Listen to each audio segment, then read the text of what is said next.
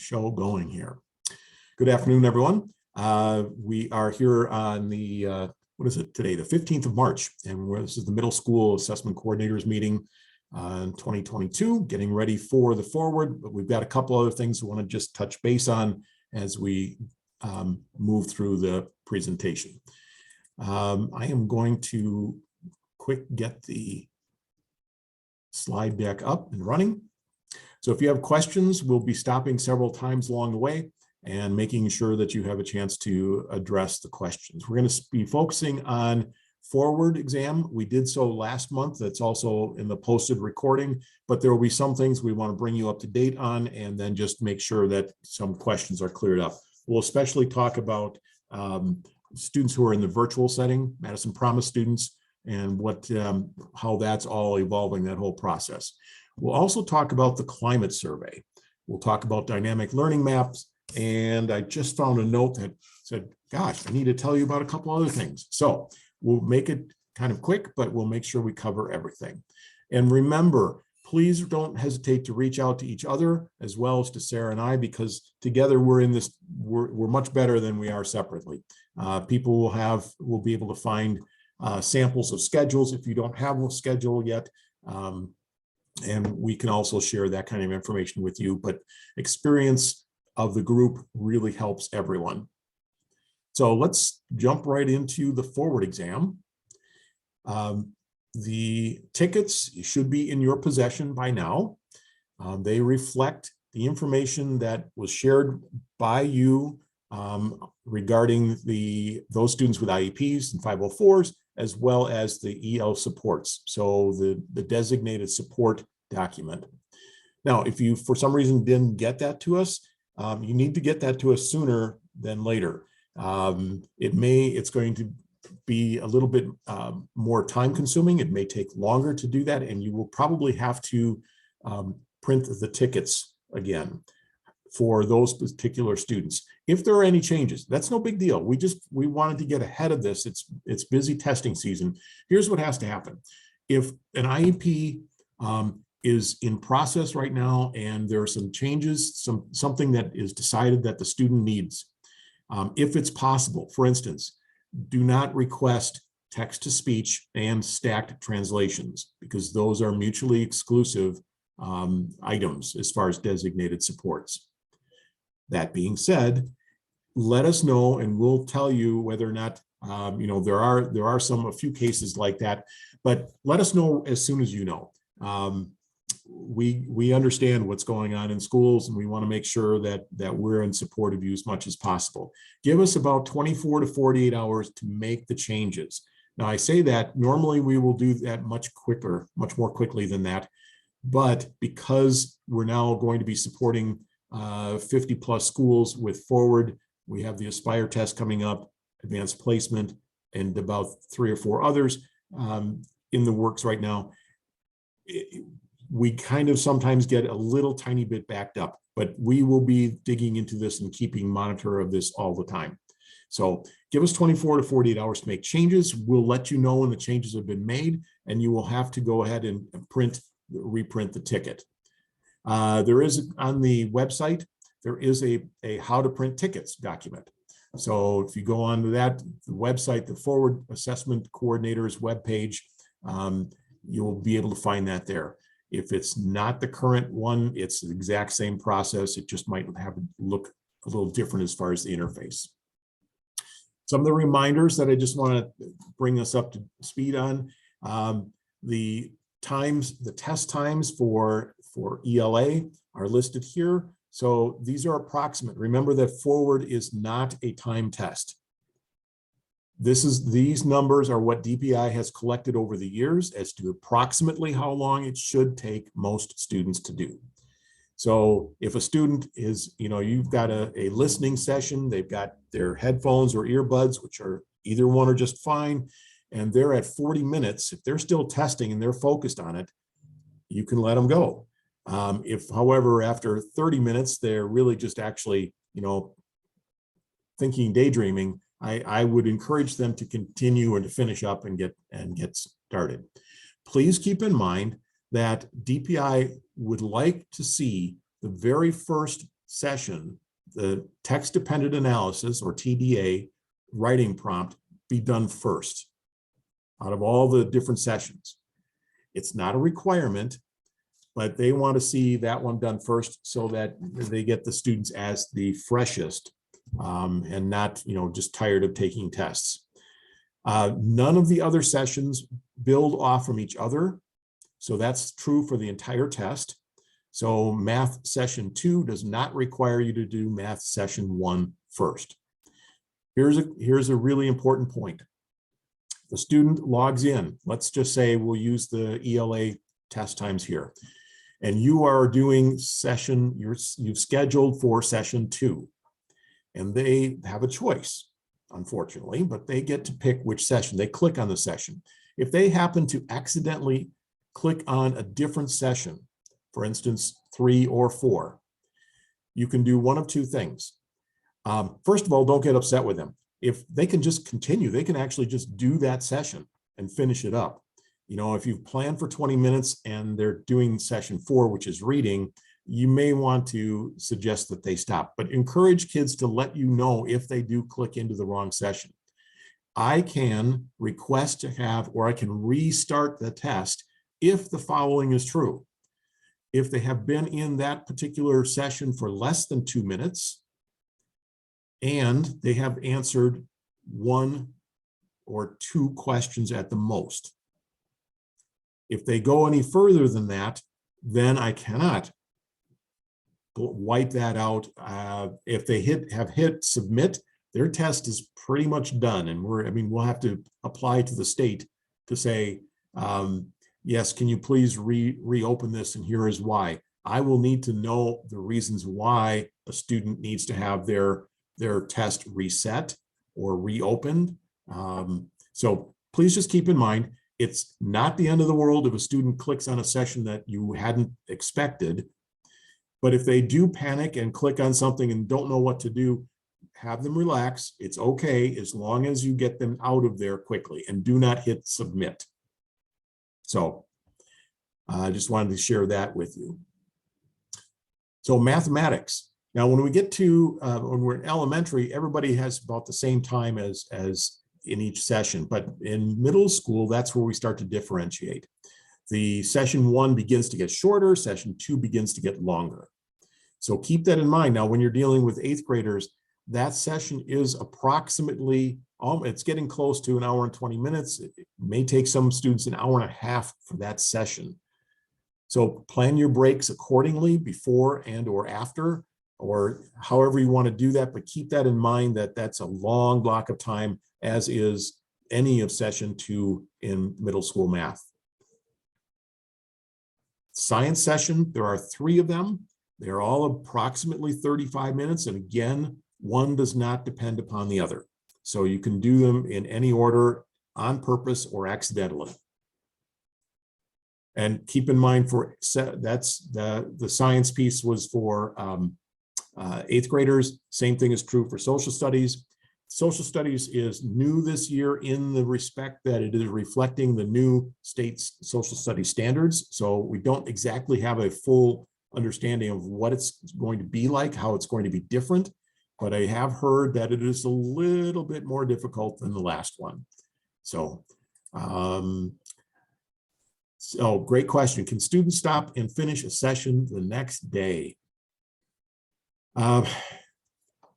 Because we deal with so many different tests, there are different rules for each one of them.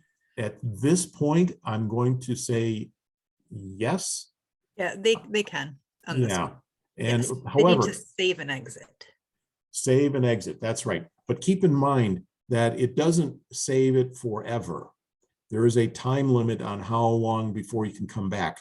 And because we have week 1, and then we have spring break, those students who have paused, and I can share that with you, and say the student is in progress during spring break. So when you get back, you'll say, oh, Tim really needs to finish this up. So, those might be the first kids I would grab, if there are any who have saved and exited.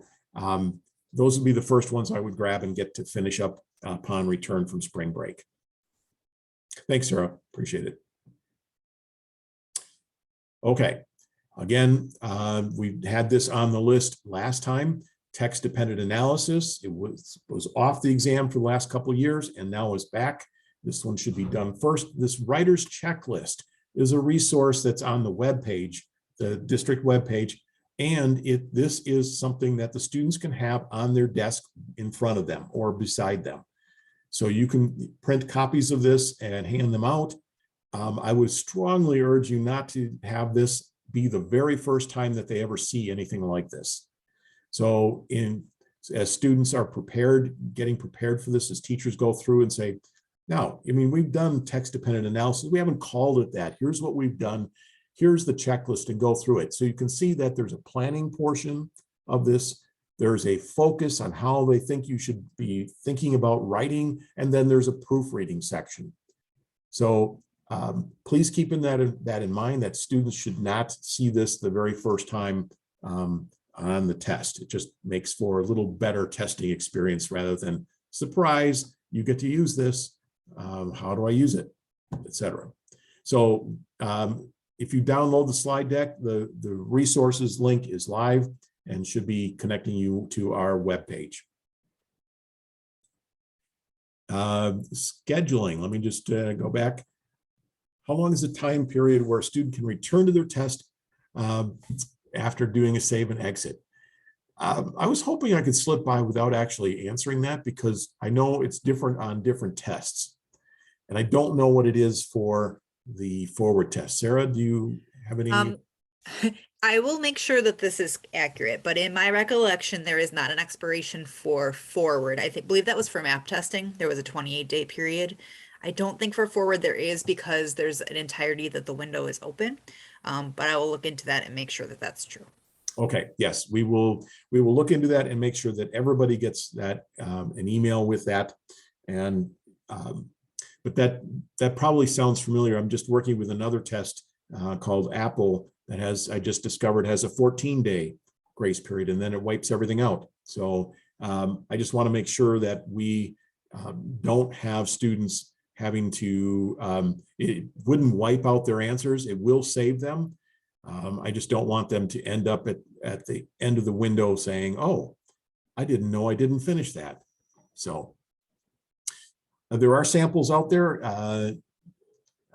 as far as scheduling is concerned. You saw the times.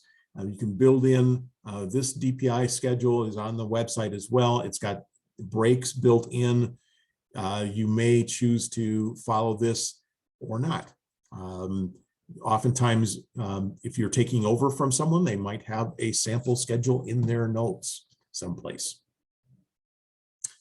All right, let's talk about virtual students and testing them. First of all, this has been a hot item in my world here at Doyle for the last 4 days. So what I'm telling you is close to being finalized.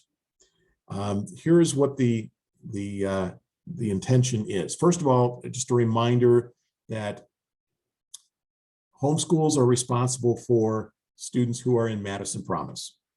So there are not tons of them, but there are enough that you're responsible for testing them.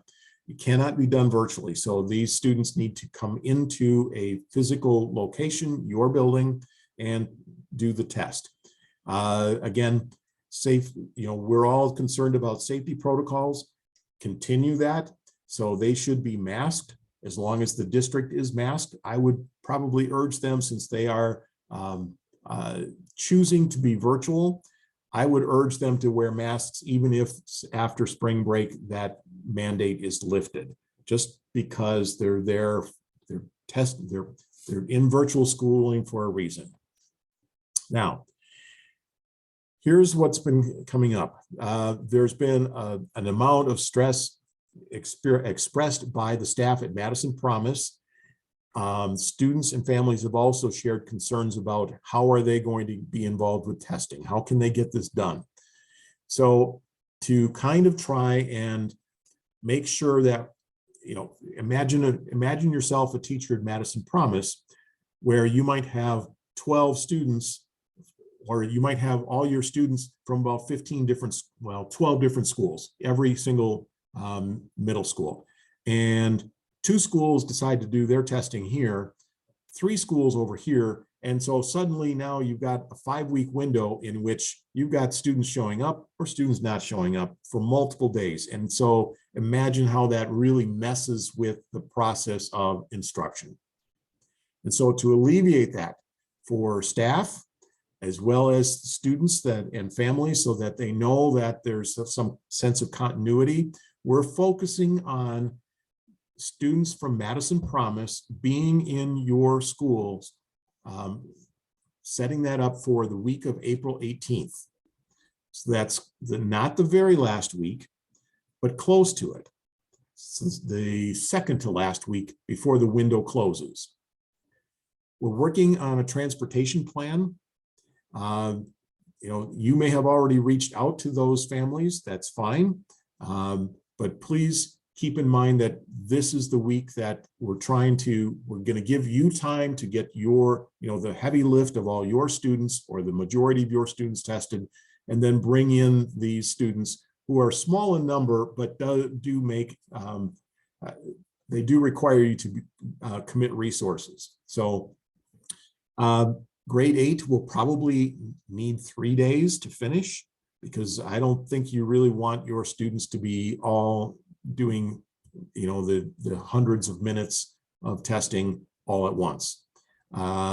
So we're suggesting that the testing that week be Tuesday, Wednesday, and Thursday, that grade 8 will be there every day, that grade 6 and 7 might be there on Tuesday and Thursday, or Tuesday and Wednesday. We're working on that still. Probably we're working also to ensure that they have food, that food service is aware of this. Also, there will not be, for instance, additional transportation in the middle of the day. So for instance, if grade 6 students get done and it is 1:30, they are not to be walking off. There will be no bus picking them up until the end of the day when everyone else rides the bus, unless a parent or guardian comes to pick them up. That's the only time they will be leaving the site. And maybe that's the plan all along. Maybe they will say, I feel more comfortable having a family member or guardian drop me off and pick me up. That is important. The folks at Madison Promise are going to communicate this as a general plan, and this is going through the chiefs. So there will be a communication with the building principal, your building principal, about letting families know specific dates, times, locations, etc. for testing. So two bits of communication. One is from the Madison Promise staff saying families, because that's who the teacher, the families and the students know is that teacher. They're going to be just saying, this is what we're going to do in general, and then expect to hear from your home school. Okay, I'm going to stop there for a moment and see if there are any questions, because that's a whole new twist on things. Madison Promise is going to be sharing their plan, I think. I know the elementary was sharing theirs potentially this week. I know there's a principals meeting tomorrow, which these things are going to be discussed. And I would think that within the next few days, I know the letters have all been rewritten and translated. And so it's just, we're waiting on the transportation piece right now. So I would say within the next 3 or 4 days that will be going out. I will let you know when is the letter going out. All right.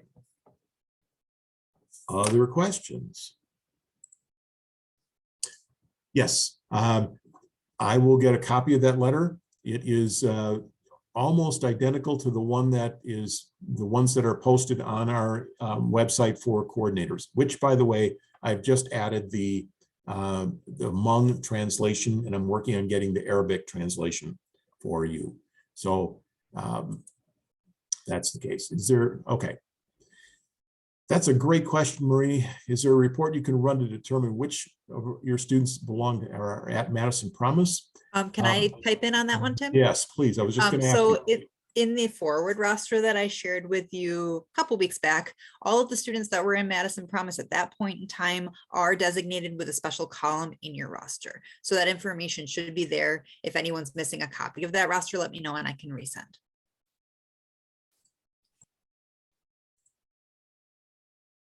Okay.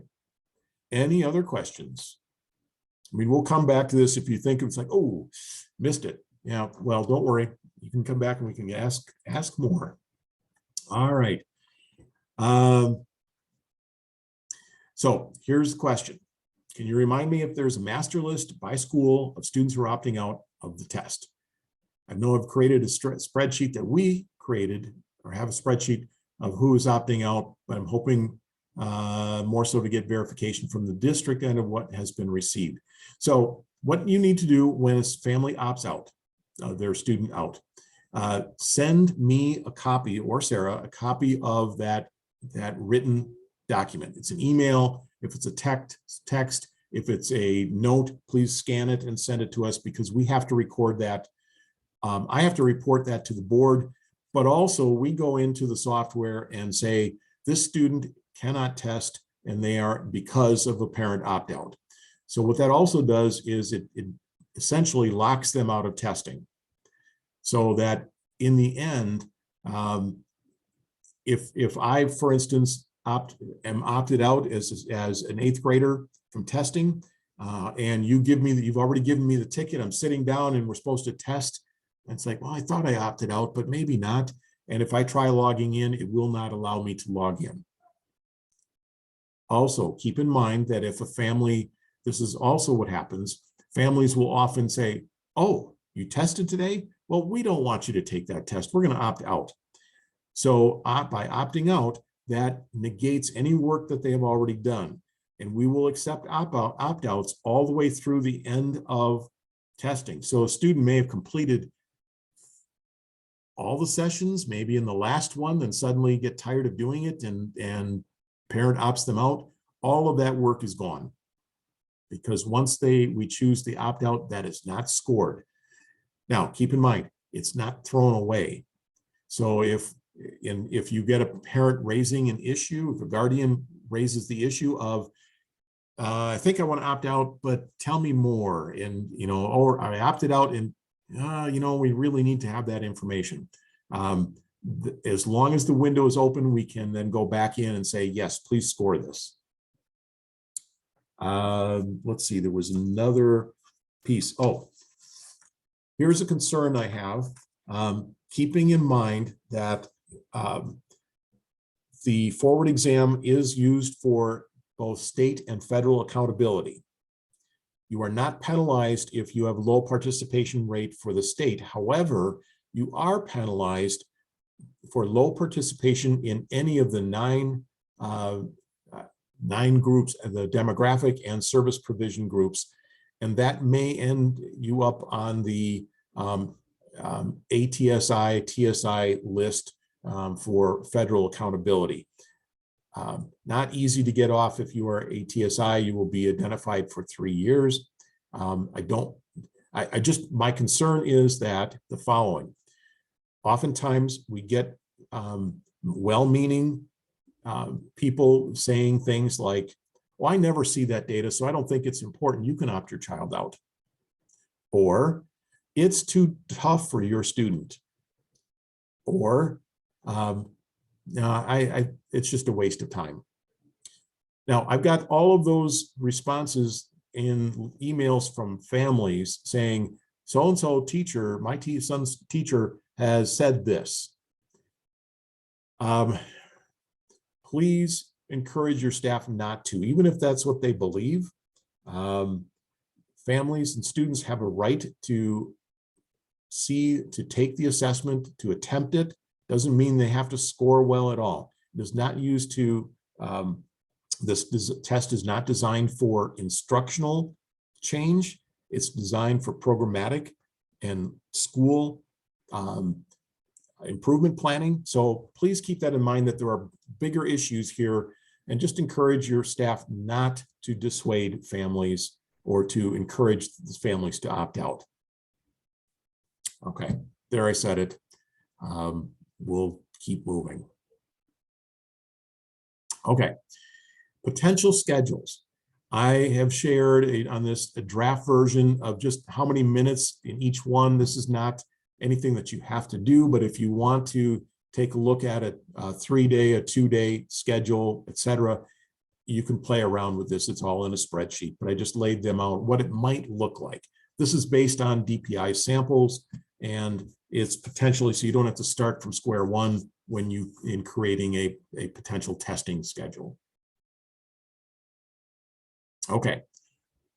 All right. Other things to just keep in mind, you should be thinking about, if you haven't already done the professional development for the test administrator or proctor training slides, and the videos are all there. Staff can go through that. I've been getting several of the confidentiality agreements. Remember, staff need to sign one, give that to you. You hang on to it for a year, so just put a paper clip around them, put a post-it note on there saying shred on March 21st, 2023, and then just file it away. You do have to send me a copy of this, and if you don't have a copy, I'll get you one. You need to sign this. I keep that, do the same thing. I file it, shred it a year later. I've sent one on to DPI saying, yes, as a district, we agree to this. All right, last thing I think about with the forward is, again, just a reminder, Chromebooks need to be restarted a couple times to ensure that they have the latest operating system. I checked with tech services. They are set to go as far as the DRC online Insight online assessments in the app window. So a student logs out of their Chromebook, and before they log back in with their own login, the lower left-hand side, you will find the app menu, and in that will be a DRC Insight. They click on that. You need to make sure that they have a ticket. If it happens that they pop up, I'm going to just quickly, one of the things that, because DRC Insight is also used for access, students may have this window pop up. What that just means is they need to click on the public instruction website, given that. So, all right. Yes, we need to clarify. I have made a mistake because I got information that was wrong earlier in the year. On many of the calendars, it says March 22nd is a no test date. It is actually March 21st. It's sundown on March 20th to sundown on March 21st is the Baha'i day called Nowruz. It's their New Year. And so that isn't considered by the Board of Ed a no test date. So that's Monday.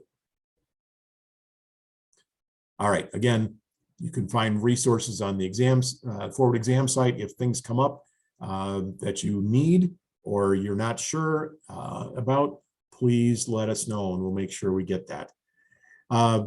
Yes, these slides are available on the resource. I'll show you in just a moment where these are, as well as the recording of this will be available on the coordinator's resource page.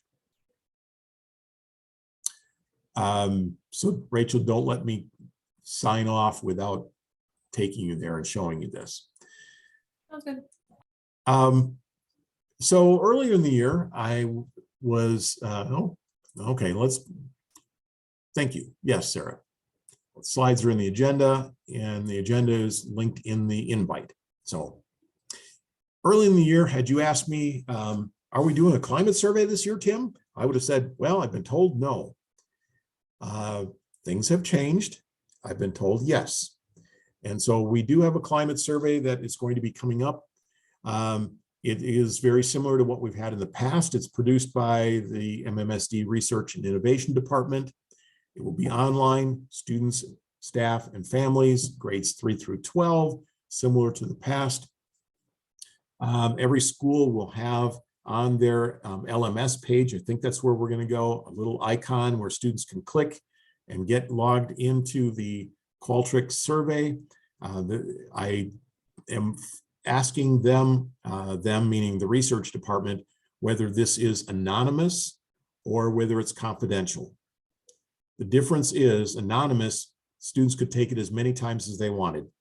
If it's confidential, they would be having to put in their student ID or something similar, and then they only get that one shot at doing this. So there will be instructions coming out in the future admin bulletins that come out every week.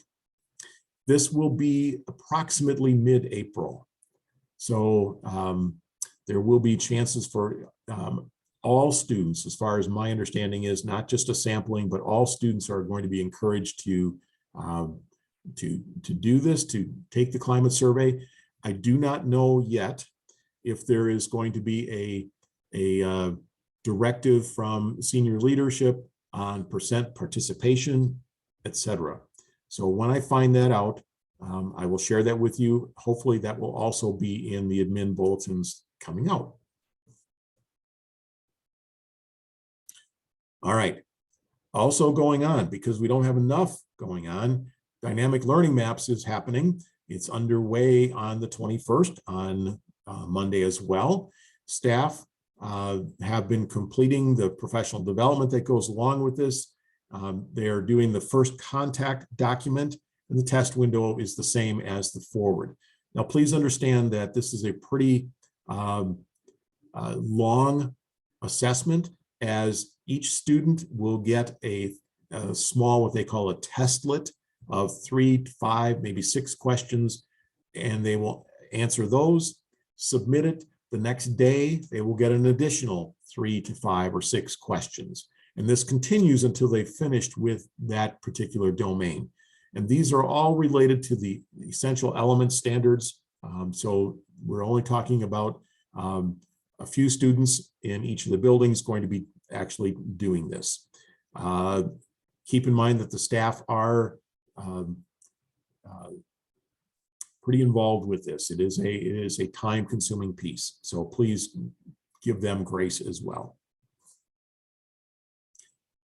All right, questions. We went through the opt-out information. Keep in mind we have office hours. The link is in the agenda. And Nicole is our data use guru. Not only that, she also does summer semester, so she is a master of a lot. So please don't hesitate to reach out to her with data questions, but any of us. And I'm going to stop sharing. And any general questions before I turn off the recording?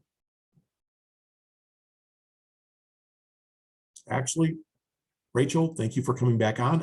Let's go and take a look at the how to get to the site. Sounds good. I didn't find them, but good to show. Yep. So I'm going to just click back through to here, forward exam. We'll see if it actually takes us there. There we go. And I'm going to click back out to get rid of all of this and then just start at the very beginning.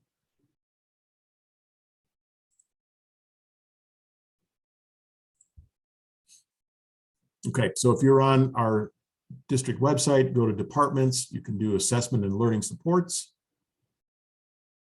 From there, if you're on the staff side, staff only, you can maybe scroll down to the middle school assessments.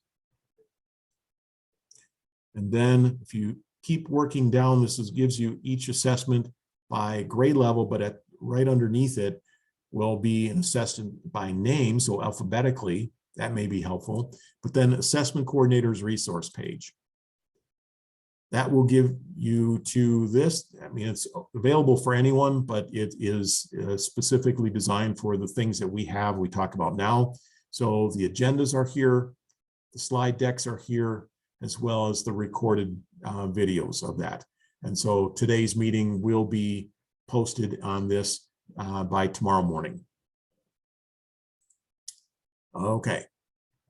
So let me just make sure I address the question in the chat. Dynamic learning map test window is the same for forward. Yes. Okay. And I'm going to stop the recording. Thank you.